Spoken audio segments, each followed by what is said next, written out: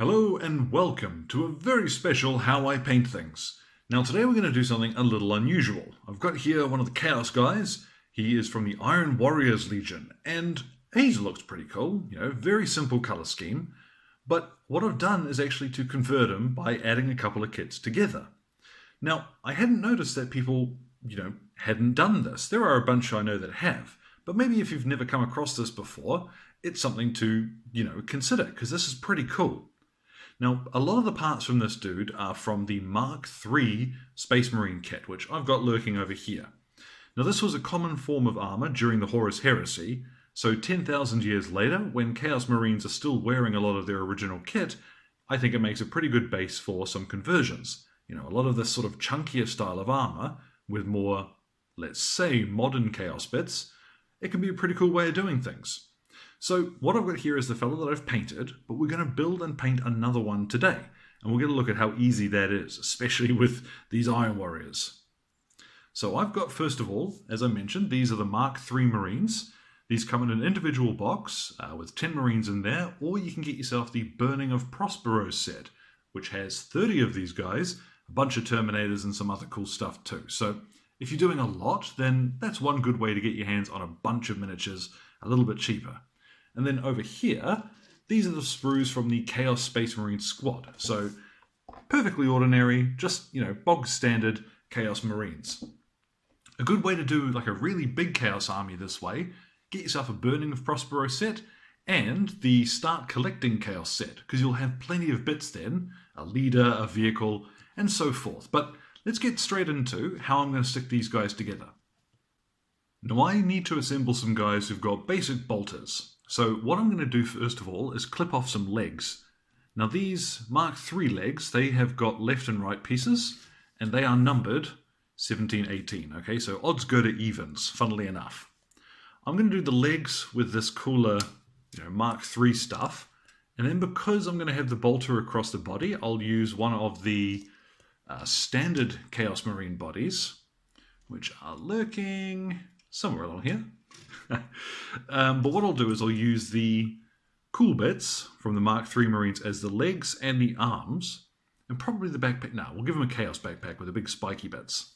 But what I'll do is I'll clip out all of those bits and we'll go about sticking them together. Now after a little bit of fiddling around, this is what we've got. So I've used the legs, the arms and gun, and one of the shoulder pads from the Mark III kit, and then his torso, head, and backpack are all from the Chaos Marines kit. And what we've got at the end is a pretty unique Chaos Marine. He's going to look the business on the table, but he's going to stand out a little bit from, everybody else's collection. He's undeniably yours. Now, it's worth pointing out too that this also works really well for the Loyalist Marines. So if you've got, say, an Iron Hands army or something that keeps a lot of these older marks of armor, you can mix and match the two kits for the Tactical Squad, Devastators, anything like that. All of these parts are fairly modular.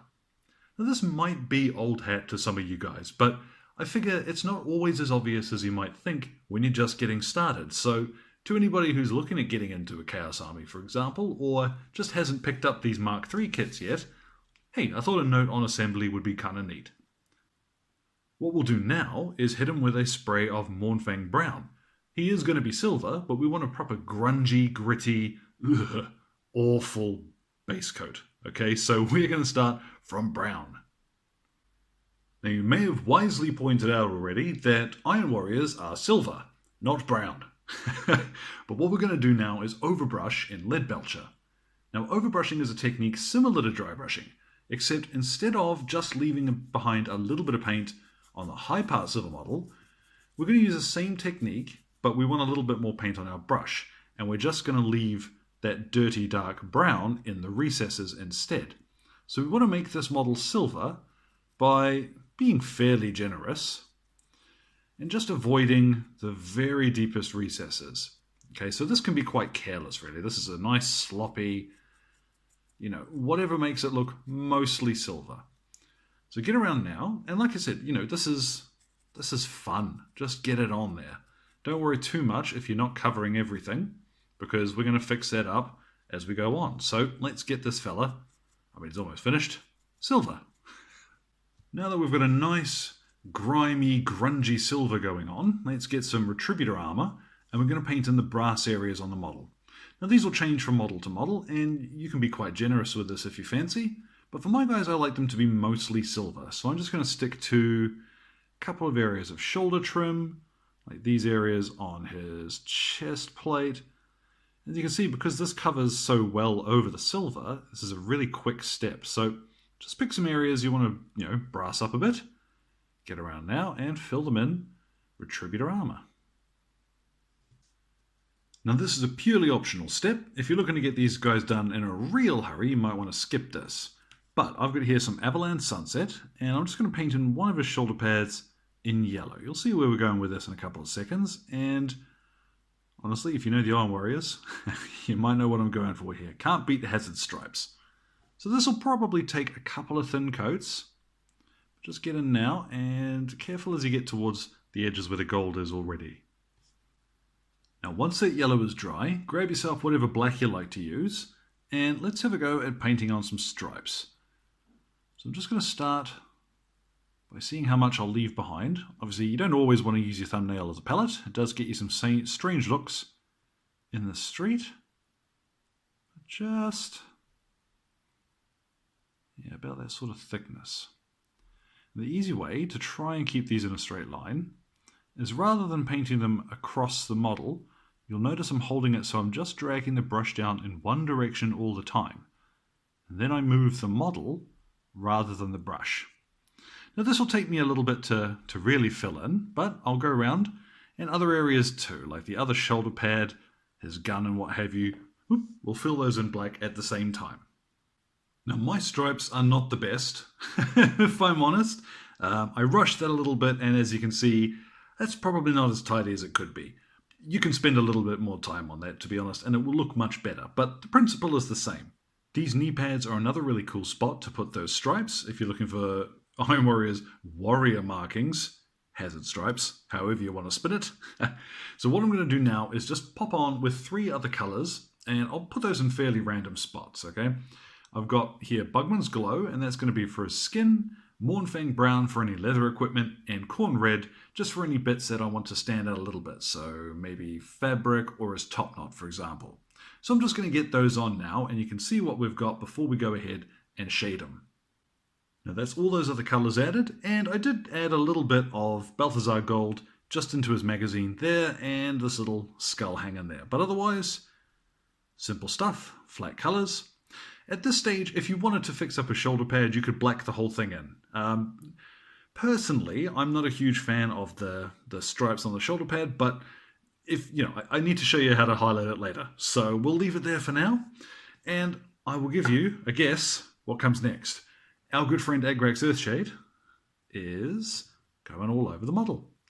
No great surprise, perhaps, but just get in there now, and you're going to really chuck this on. Get it into everything, all the crevices, just go mad with this stuff, okay? You cannot put too much on. Now, after half an hour to dry in the sun, there he is. There is my dirty boy. And, you could put him on the table, base him up, and just get him going, all right? Iron Warriors, you cannot find a simpler way of getting these horrible boys on the table. I mean, you could spray them silver first, but you'll miss out a little on this grunginess, okay? So I've got some Scrag Brown, and I'm just going to very quickly do in the edges of the leather. Okay, nothing too fancy here. Big chunky lines. I think it'll look pretty good once it dries. Get a little bit of Waynesdecker red on the red bits. You can just use the flat edge of your brush to catch.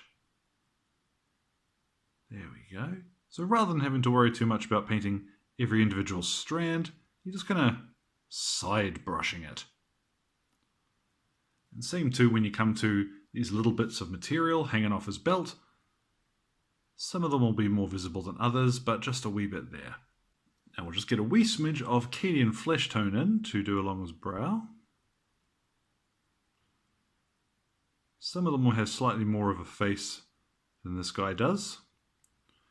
And then, if you are feeling fancy, just a little bit of Uriel yellow, or aerial yellow, along some of the edges of this yellow armor. And then with his base finished, he'd be done. You know, he would look pretty much identical to this fella here. All it would take is I've hit him with a Munitorium Varnish spray. So he's a little bit smoother overall, but it would take seconds to do that to this fella here. All right, that is it. That is as simple as painting Iron Warriors gets. And as you can see, side by side, they're pretty cool. A whole unit of these are going to look really neat on the table. So there you have it, guys. That's how I would do my Iron Warriors, and it's how I am at the moment. Now this marks the 50th How I Paint Things. Hooray! And yesterday I had actually done quite a neat video on how I had painted a Bilbo figure, because I had gone on an unexpected journey. Figuratively and literally. Now, unfortunately, my phone decided to eat that, so we missed out. But I thought this might be a cool sort of stand-in for that. Just show you a little bit of sort of the build and the paint side of things for something really quick and simple. Now, as ever, I just want to say thank you very much for sticking around. There are a lot of you there at the moment. I continue to be surprised by the fact that this is entertaining to anybody. So it means a lot when, you know, the view counter goes up, people click like, people click subscribe, and the comments in particular are a really big deal. It means a lot, guys, and I do want to say genuinely thank you. As well, I have got down there too the old coffee page and the Patreon link there as well. So if you want to help out, you know, it is much appreciated. Now this month, I've got the Valkyrie paint coming up that was voted on by my patrons. So I've got that glowering at me over from the side of the table there, waiting to be base coated. We'll get onto a video or a couple of videos for that one soon. Also got some more requests coming up. So there is a painting Grey Knights. I've got some scenery coming. And I really got to get onto these rats. I got slightly derailed, and unfortunately, those poor rats have been waiting for me ever since. But we'll get onto those soon. So, just to close off, guys, again, as always, thank you very much for your time, and you guys enjoy the rest of your day.